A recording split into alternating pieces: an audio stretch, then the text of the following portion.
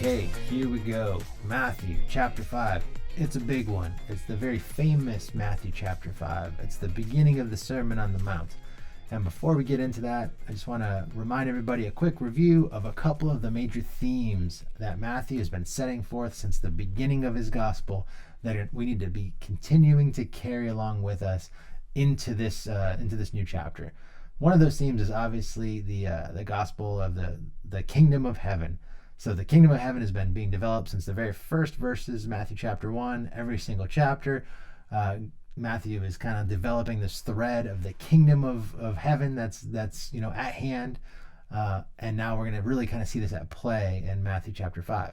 The other theme that we need to carry forward into this chapter is a theme of the Gentiles. Now the Gentiles also developed by Matthew there in chapter 1 through the genealogies, if you remember. So genealogies is a bunch of names, a bunch of Jewish guys, Jewish men, kings and whatever, descendants of David, and then kind of interspersed in there, oddly, is not that many, but a couple of women. And when you kind of look at the selection of women that Matthew chose, you start to kind of see this little bit of a theme of he chose Gentile women, and that's an odd thing to throw into a genealogy about a Jewish royal bloodline. So Matthew was setting the table for this idea of the inclusion of the Gentiles. Matthew was also, I believe, showing that God's intention from the beginning was for God's story not to be limited to just the Jewish bubble, but that the Gentiles were always part of his plan. So we got the two themes. We got the theme of the kingdom of heaven, and we got the theme of the inclusion of the Gentiles. The last time we saw Jesus at the end of chapter 4, he'd been baptized by John in the Jordan River.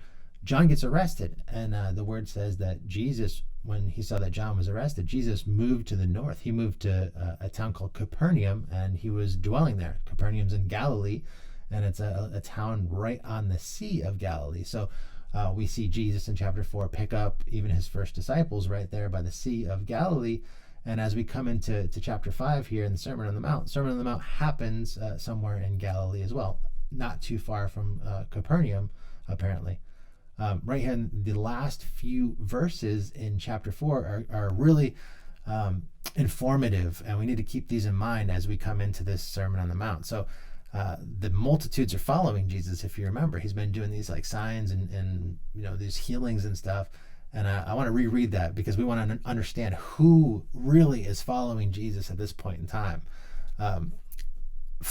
Matthew 4 verse 23. So Jesus went all about Galilee, teaching in their synagogues. So he's become a Jewish rabbi at this point. That's who teaches in synagogues, and that's not that's nothing out of the normal so far, right? We got Jews, we got Jesus who's Jewish, we got him in Galilee, and he's in synagogues. All right, so he's kind of where he belongs, right? So Jesus went about all Galilee. He's teaching in their synagogues, preaching the gospel of the kingdom. That's going to catch some attention, and healing all kinds of sickness and all kinds of disease among the people.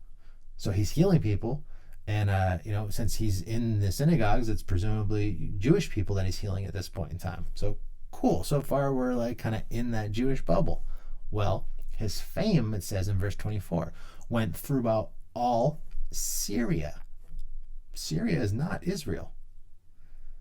And they, it says, the people from Syria brought to him all sick people who were afflicted with various diseases and torments, and those who were demon-possessed, epileptics, paralytics, and he healed them. So now we have Jesus.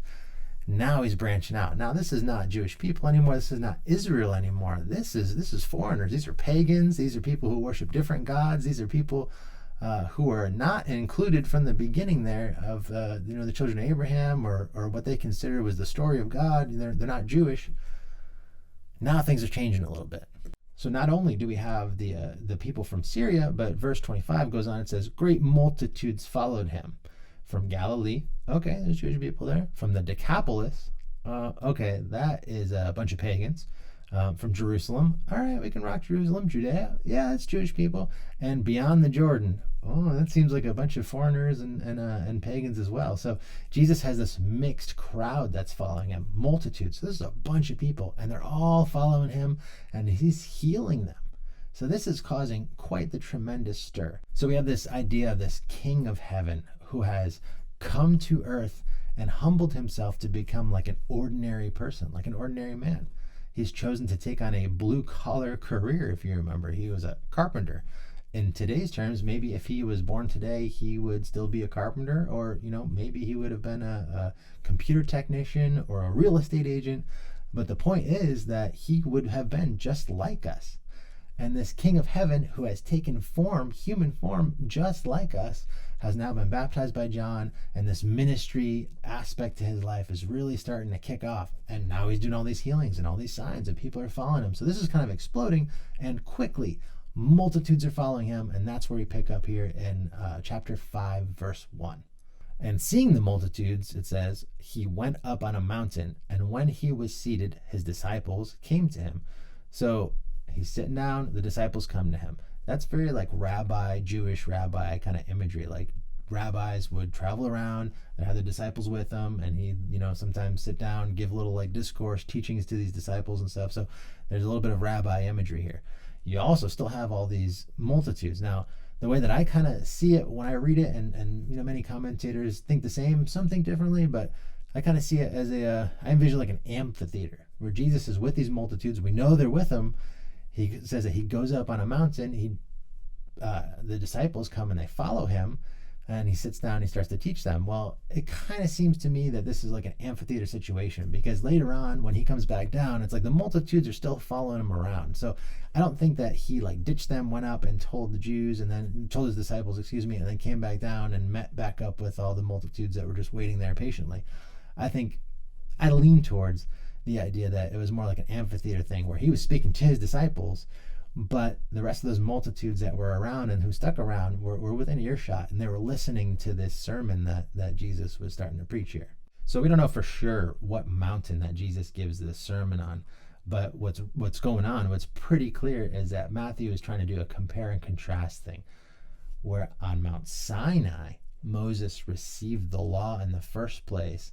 Now on the mountain of the Sermon on the Mount, Jesus is kind of fulfilling the law, right? So there's definitely this hand-in-hand thing going on. Compare and contrast. On Mount Sinai, it was just the Jews and Moses. Well, on the mountain from the Sermon on the Mount, they're at least there kind of in presence. Maybe they're not all the way up in the mountain with Jesus, but they've been there, and you have the nations, you have the Jews and the Gentiles together.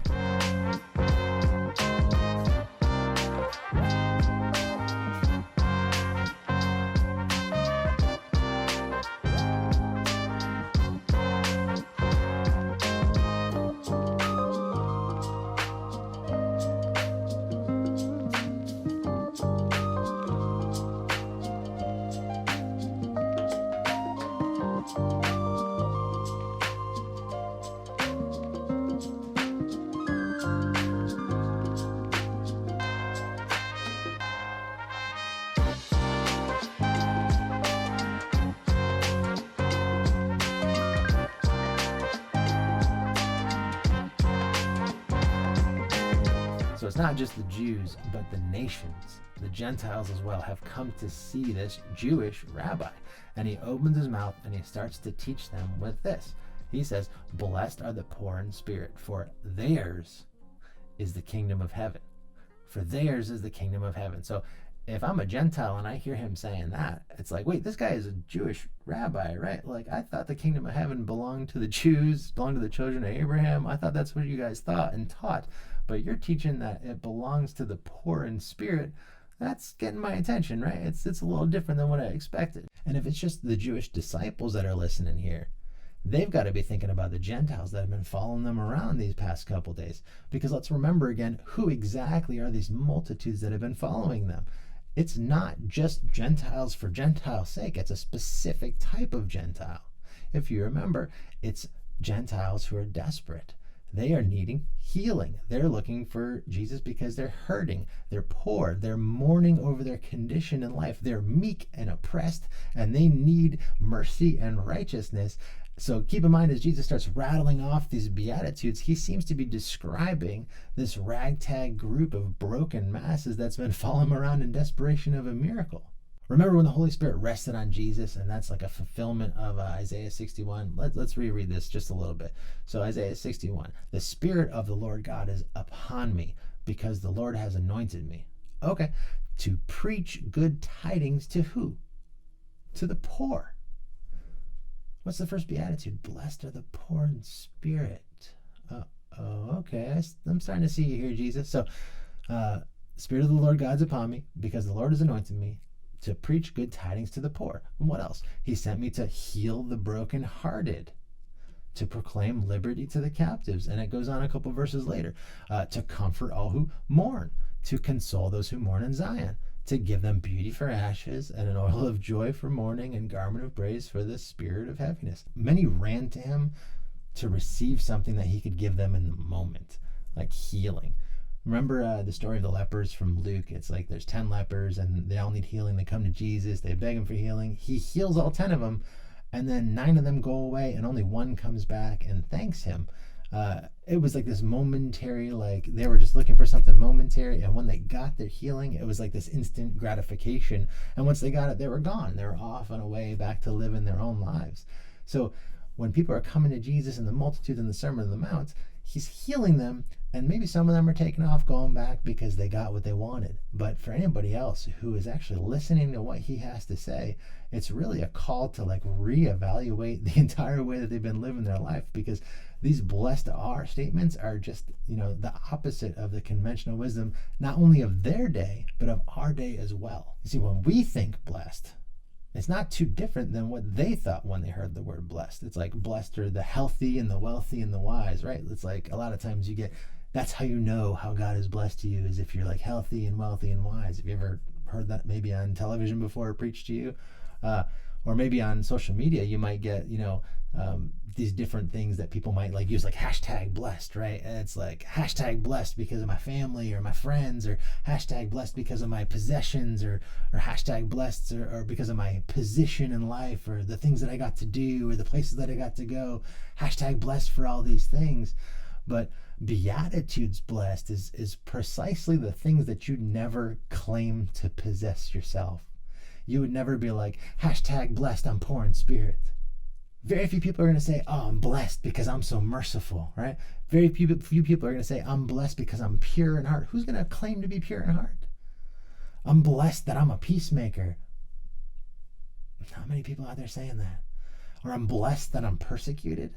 Like, maybe, but it really flies in the face of that conventional wisdom.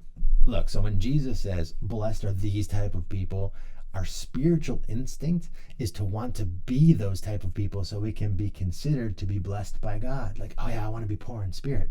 But when we really actually think about it and we really actually see what he's calling blessed here, if we're honest, I think it's the opposite of what we'll find that we really want deep down in our hearts. Because look at this. Who wants to be poor in spirit, really? Like, our natural inclination is to want to be materially wealthy. We don't want to mourn. That sounds terrible. We want to celebrate. We don't want to be meek. We want our own way. We don't want to hunger and thirst after righteousness. We want to hunger and thirst after the things of this world. This is how it is with all of these blessed are statements. We don't want to be merciful. We want to mete out our own justice, and we want to keep track of every wrong ever done to us, right? We don't want to be pure in heart. We want to defile ourselves with violence and crookedness and lust and corruption.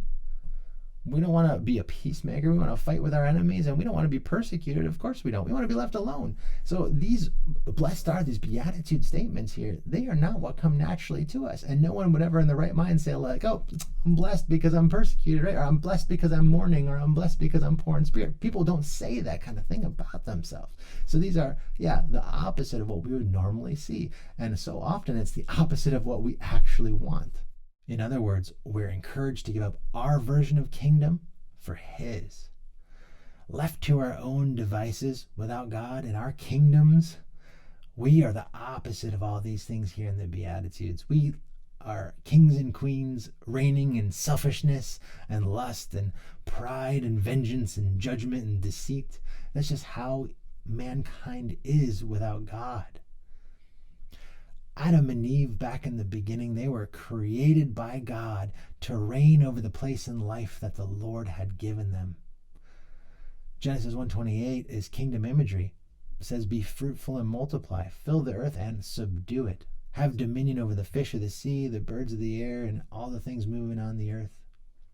That's kingdom imagery. And the garden was what Adam and Eve cultivated with their lives. God walked with them in that garden. They walked together in life as they reigned and ruled over what God had given them. Because of sin, however, mankind forgot about God.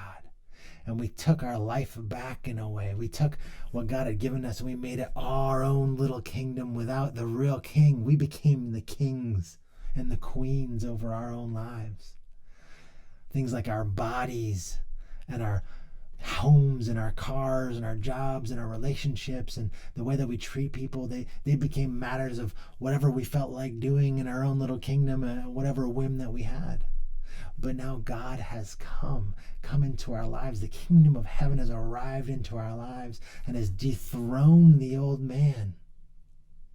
We're being asked to get rid of our kingdoms, to give up our kingdoms, to give up our thrones, to cast down our crowns before the Lord of Lords, and to allow him back in and to rule and reign over our lives. Our bodies are no longer our own. Our lives are no longer our own.